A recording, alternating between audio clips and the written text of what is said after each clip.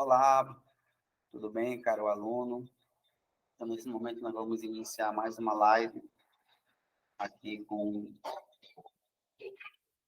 professor Germano e nós vamos dar continuidade no módulo Teologia Prática, como nós já estamos trabalhando nessas lives de comentários. Deixa eu desligar minha câmera para me poder compartilhar de forma mais... para que você possa visualizar melhor aí o slide.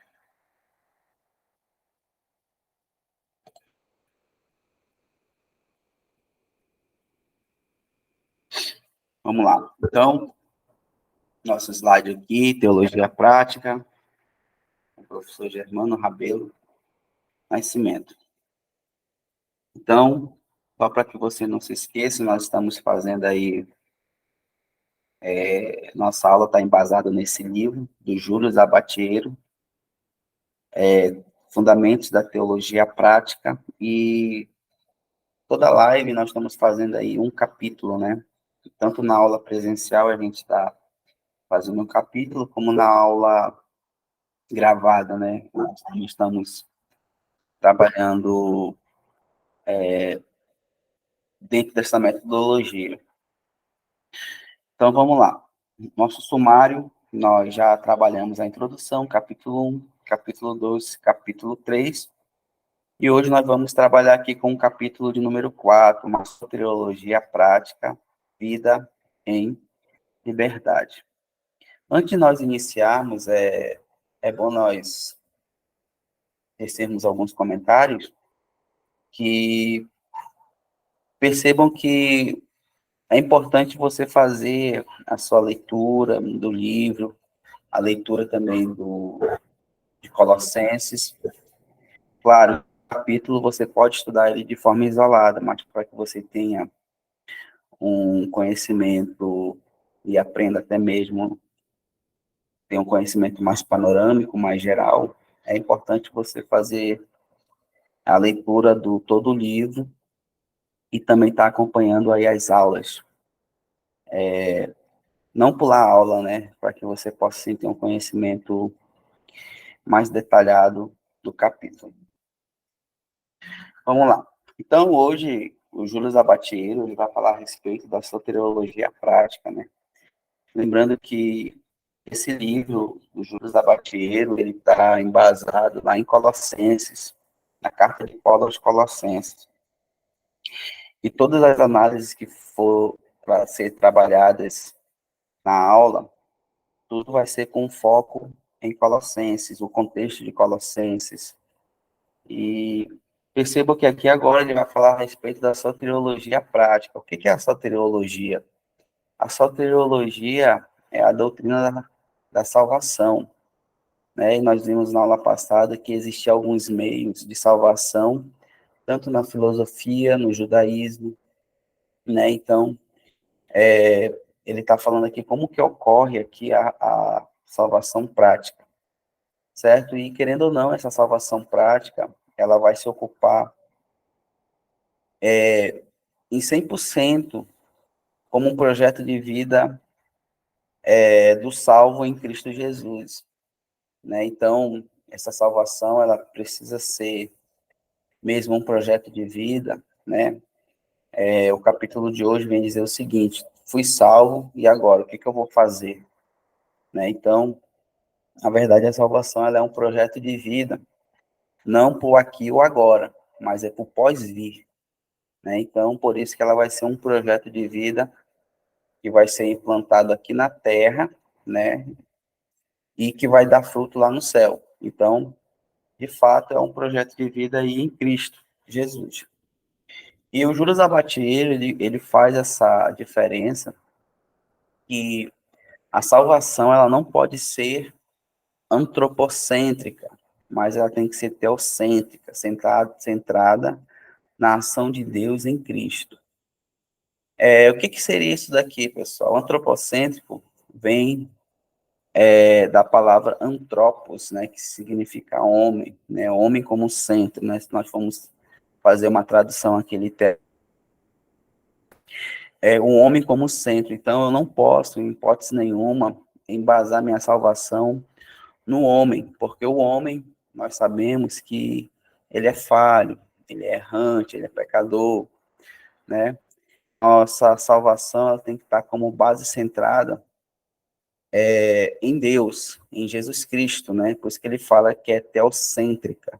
Teo, Deus, cêntrico, é centro, né? Deus como centro, seria uma tradução livre aí, mais ou menos. Então, o Judas Abatiero, ele está apresentando aqui que a salvação para os colossenses, ela é uma salvação que vai projetar algo futuro para eles. E essa salvação, ela não pode ser uma salvação centrada no homem, mas uma salvação que vai ser centrada na ação de Deus em Cristo Jesus.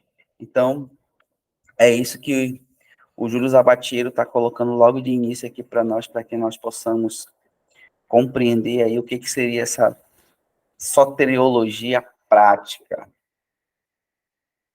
Aí no subtópico 1, ele começa colocando, ele faz aí uma breve apresentação da condição humana sem Cristo.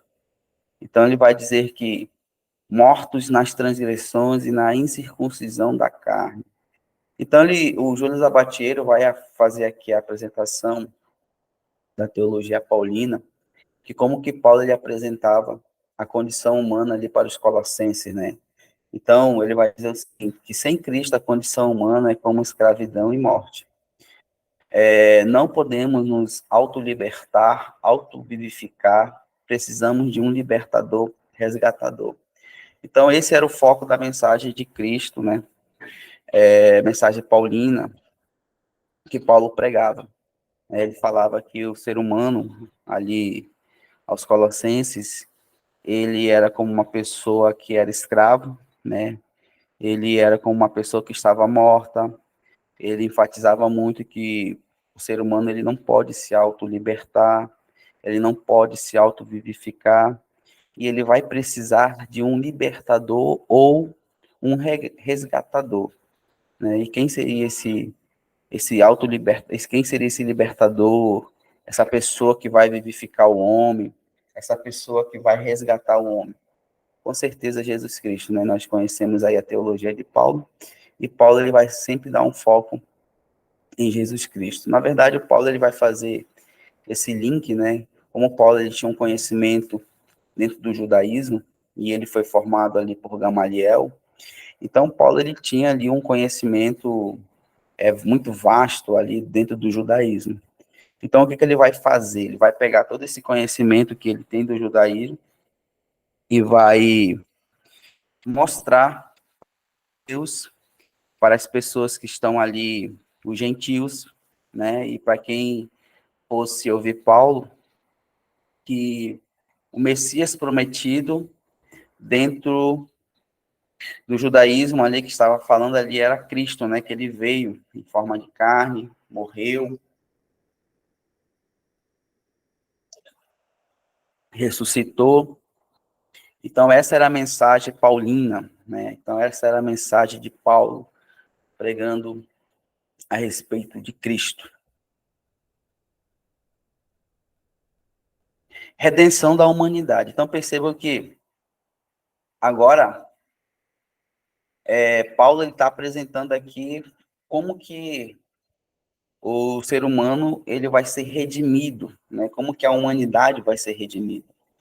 Então ele vai dizer que é conferida pela completude, vida, morte e ressurreição de Cristo, e não pela cruz, como em certos reducionismos soteriológicos.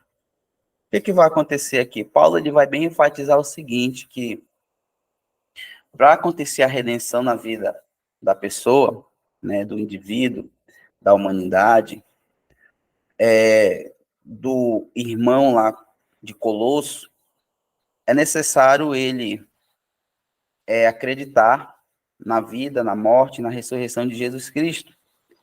Mas não somente ficar com o que a cruz fala, né? Ou, em outras palavras, Não fixar a sua salvação dentro daquele cristianismo que, pronto, eu aceitei a Jesus e é somente, vou ficar por aqui, né?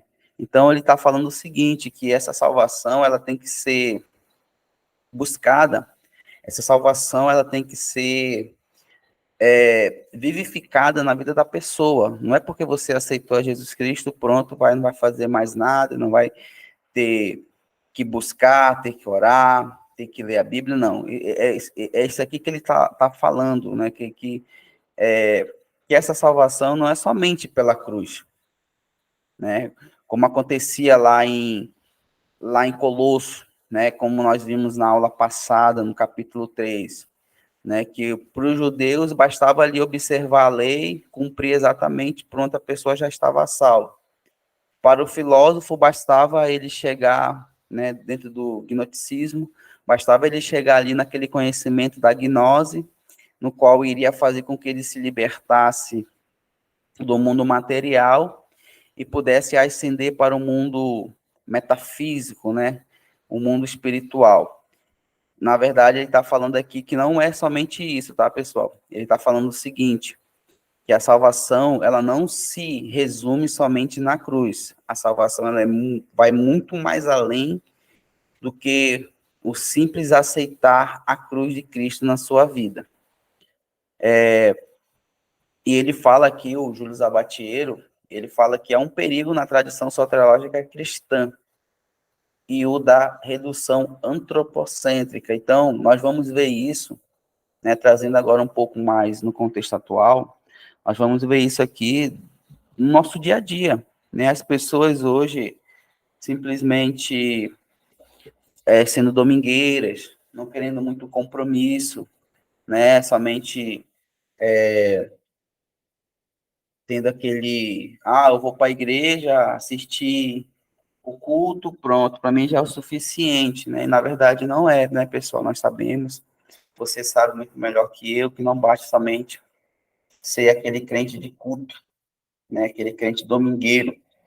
Então, é mais ou menos essa pegada aqui que o Júlio Zabatiero está trabalhando aqui e mostrando como que era a teologia de Paulo, certo? Que para Paulo não bastava somente você ter a cruz na sua vida, mas tinha que ter aquele além, né? Aquele não se reduz somente a isso. Tem mais, Cristo tem mais para você, não é somente isso, né? E aqui eu faço lembrar aqui uma ilustração do livro de Graham Osborne, né? Espiral Hermenêutica, que ele fala que fala uma ilustração a respeito de um achado na igreja, né, que um irmão foi para o quintal da igreja e começou a cavar, e ali ele achou na superfície do quintal da igreja ali algumas moedas de ouro, né, e ele não se contentou somente com aquilo, né, ele foi cavar mais fundo para ver se ele achava um tesouro. Então, o que essa ilustração tem a ver com a redenção da humanidade? Que para que ficar no superficial, né, pessoal? Para que ficar somente com a cruz, se você pode cavar, né, e mergulhar aí no sobrenatural de Cristo na sua vida, né? Então, fica aqui a reflexão. 1.1, mortes nas transgressões e na incircuncisão da carne. Então, vamos lá. Pensamento redutivo, né? Ele vai dizer o seguinte: a carne é compreendida como a natureza humana de cada indivíduo. Pessoal, quando ele fala aqui que a carne ele é compreendida como a natureza humana, essa carne aqui não é somente aqui a questão do corpo, né, do ser humano, certo? Essa carne aí vai ter vários significados, carne como o mundo criado, as coisas terrenas, a carne como o estilo de vida, né, a pessoa viver segundo a carne. Então, ela vai ser compreendida de vários sentidos. Então, olha só, dentro do pensamento paulino, carne não é um termo antropocêntrico, mas cósmico e apocalíptico. as seguintes conotações principais. Então, ele vai colocar o seguinte: esfera do mundo criada. Então, a carne aqui, ele vai estar dentro da esfera do mundo criado, que vai ser terreno de oposição a Deus. O que, que seria isso? Nós sabemos que o mundo terreno, pessoal, as coisas da terra, elas são coisas contrárias às coisas do alto. Então, a teologia de Paulo, ele sempre vai enfatizar que nós não devemos dar ênfase às coisas desta terra, né? E até mesmo, eu me lembro aqui um versículo lá em Mateus 6,33, se eu não me engano, que o próprio Jesus Cristo, ele fala para nós, mas buscar primeiramente o reino de Deus e a sua justiça, e as demais coisas vos serão acrescentadas. O que, que seria isso aqui? Seria o teu foco, não estar somente nas coisas aqui da terra, né, nas coisas terrenas, mas que você possa ir muito mais além. E ele enfatiza que as coisas desta terra, né, as coisas deste mundo, são coisas que vão se passar, né? Só que o reino de Deus não, o reino de Deus ele é eterno. Então, Paulo ele tinha essa convicção, né, de não buscar somente as coisas desta terra. Ele sabia que as coisas que as coisas que eram desta terra era uma coisa finita, era uma coisa passageira, né?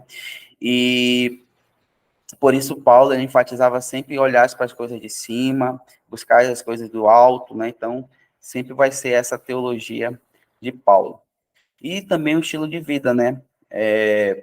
A pessoa que vive segundo a carne. Por que que Paulo está enfatizando essas três situações aqui para nós? Porque justamente lá em Colossenses, pessoal, lá na igreja de Colosso, né, existiam pessoas que estavam ali com foco nas coisas terrenas, né? Existiam pessoas ali que achavam que as coisas deste mundo eram coisas assim que não queriam se acabar. Existiam pessoas que estavam ali uma hora com o pé na igreja de Colosso, perdão, e outra hora lá nas coisas segundo a carne, né? Então, Paulo ele vai enfatizar essa teologia, ele vai enfatizar essas coisas que não é muito diferente do que nós vivemos hoje, né, pessoal? Nós sabemos que nós vamos encontrar dentro da igreja pessoas que vão estar com o coração nas coisas terrenas, pessoas que acham que esse mundo nunca vai acabar, que esse mundo é um mundo infinito, né, uma coisa que vai ser eterna, e pessoas que vão viver segundo a carne, né, viver ali de qualquer maneira na igreja.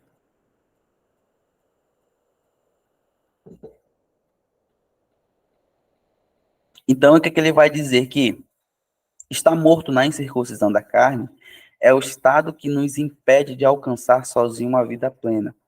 Então, nós sabemos, pessoal, que nós vamos ver que essa incircuncisão, dentro da linguagem simbólica que Paulo está utilizando aqui, é o batismo, né? Batismo significa nova transformação de vida, né? Uma nova vida.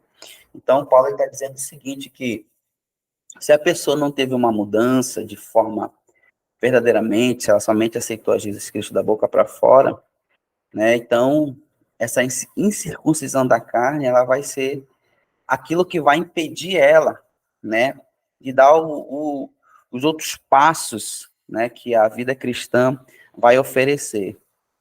Na verdade, ela nunca vai dar nenhum tipo de passo, né, porque sempre vai estar com o coração nas coisas terrenas, sempre vai estar com o coração no mundo, sempre vai estar com um estilo de vida diferente, né, não de acordo com o que a palavra de Deus pede para que ela venha estar. Então, ela vai sempre estar com algo que venha impedir ela chegar até a circuncisão da carne, né? Que é o batismo ou uma nova mudança de vida, como nós vamos ver nos slides mais na frente. Paulo, ele vai dizer que a humanidade sem Cristo é escrava do pecado, da carne, dos poderes, dos rendimentos do mundo, a lei e da morte. Então, a teologia de Paulo, ela é uma teologia assim muito enfatizada em Cristo, né? Como nós falamos na aula passada, Paulo ele vai trazer essa contextualização, né, que eu ensinei para você, que dentro da teologia nós chamamos essa contextualização de acomodação, é acomodar a mensagem, ou seja, contextualizar a mensagem, mas sem perder a essência, né? Ele vai dizer que a humanidade sem Cristo, ela vai ser escrava do pecado, vai ser escravo da carne, vai ser escravo dos poderes deste mundo, vai ser escravo dos rudimentos do mundo e da lei da morte. Então, olha só, que a restauração, ela só vai ocorrer apenas mediante a libertação conquistada por Cristo Jesus. E aqui eu abro um parênteses, né, que,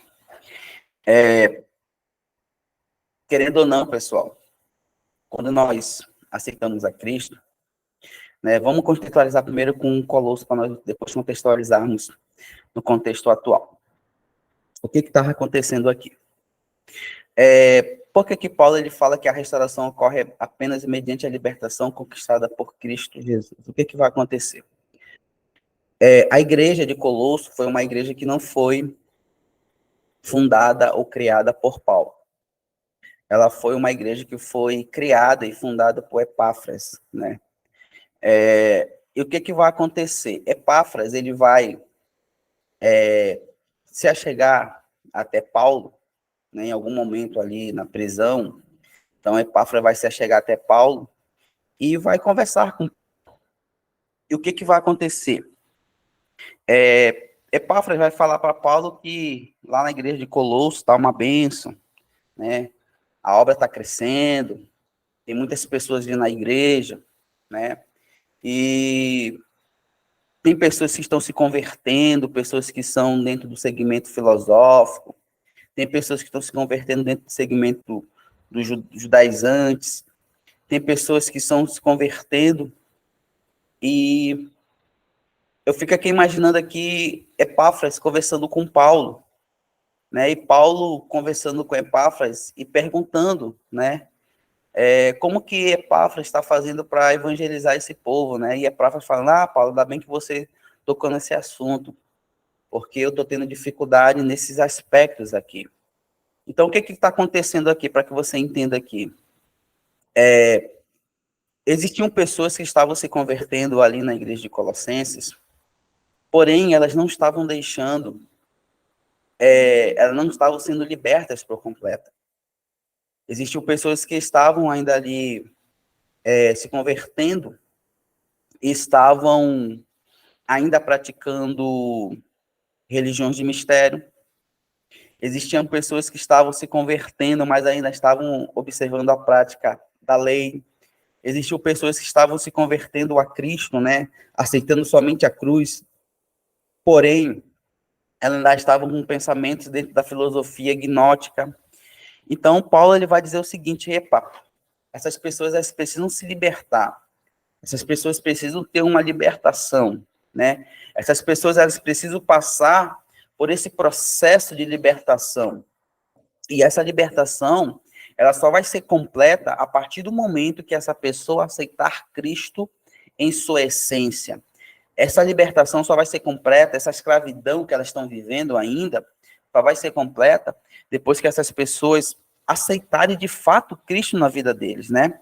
Porque ele vai enfatizar aqui que as pessoas precisam ainda de libertação, né? Elas precisam ser libertas delas mesmas, dos desejos, dos interesses, dos sonhos, um dos outros, das relações sociais, da política, dos poderes satânicos, dos ídolos, dos deuses, né? Enfim, várias situações. Então, vocês percebam que as pessoas só estavam aceitando a Cristo da boca para fora, só estavam aceitando a cruz da boca para fora. Mas o Cristo ainda não tinha se feito, ainda não se tinha feito, né, ou realizado uma obra por completo na vida delas. Até porque nós sabemos que essa obra, ela só pode ser realizada se a pessoa que aceitou a Cristo, ela quiser essa completa libertação de Cristo na sua vida. Então, percebemos que Epáfras chega até Paulo, e Paulo começa a dar as coordenadas, né? Paulo começa a escrever essa carta de Colossenses, né, para a igreja de Colosso, né? Justamente mostrando que eles precisavam de uma completa libertação, certo?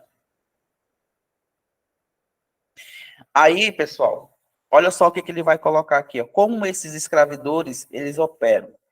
Então, eles operam de várias formas, né? Eu coloquei aqui algumas formas deles operarem. A lei, ela vai operar mediante determinado grupo social, né? Então, a lei, traduzindo isso daqui para nós aqui, né? Algumas pessoas vão estar ali, aceitar a Cristo, mas vão estar ainda vivendo ali a lei, como eu coloquei aqui para você, né? Algumas pessoas vão estar aceitaram a Cristo, mas vão estar trazendo alguns elementos místicos para dentro do cristianismo, né? Então, querendo ou não, isso daí são escravizadores que operam na vida das pessoas, e as pessoas precisam se libertar desses escravizadores, né? Dessas formas de escravizar a vida das pessoas. Então, por isso que é necessário, né? Paulo ele vai dizer que é necessário a pessoa aceitar Cristo, né? É necessário a pessoa ser uma nova criatura, é necessário a pessoa deixar as coisas velhas, né? É necessário você se libertar de tudo isso daqui, porque a partir de Cristo você vai ser uma nova pessoa, a partir de Cristo você vai ser uma nova criatura. As coisas velhas já se passaram e tudo se fez novo. Então, toda aquela teologia, tudo aquilo que você conhecia que talvez na sua concepção era a salvação para você, na verdade não era. Então é isso que Paulo está apresentando aqui para a igreja de Colossenses, né? É isso que Paulo está dizendo aqui para essa igreja. Em Colossenses 2:8, a expressão rudimentos do mundo possui diferentes significados. Nesse contexto, tem relações com astros, anjos ou deuses. Pessoal, então, a igreja de Colosso era uma igreja problemática. Para Paulo, foi uma igreja problemática. Porque nós já vimos aqui que existiam algumas formas de salvação. Na aula passada nós vimos isso, né? Nós estamos vendo aqui ainda nessa aula. E, querendo ou não, existiam algumas pessoas ali que eles realizavam adoração a anjos e a deuses, né? Eles tinham os anjos como deuses, certo? Eles tinham ainda ali os seus sistemas filosóficos, né? Como verdadeiro. Então, eles vão ter ainda esse sentimento, né? Eles vão ter ainda esses preconceitos ainda com eles. Na verdade, o aceitar Cristo na vida deles foi da boca para fora, né? Então, eles precisavam se libertar disso aqui. E Paulo ele vai enfatizar que esses rudimentos do mundo aí são coisas que eles precisam se libertar, né? Ele vai trazer aí a referência dentro da filosofia, ele vai trazer referência dentro da lei. Resumindo aqui o que você precisa entender dentro desse primeiro subtópico aqui, é que de fato eles estavam ainda com o coração ainda nas práticas do passado, né? Eles aceitaram a Cristo, mas ainda estavam realizando as práticas do passado. Pessoal, então nós vamos finalizar a nossa primeira parte da aula aqui. Nós vamos fazer essa aula em 2 lives, né, para que não venha ficar muito pesado, né, muito extenso. Então, nós vamos se ver na próxima aula, tá ok? Tchau, tchau.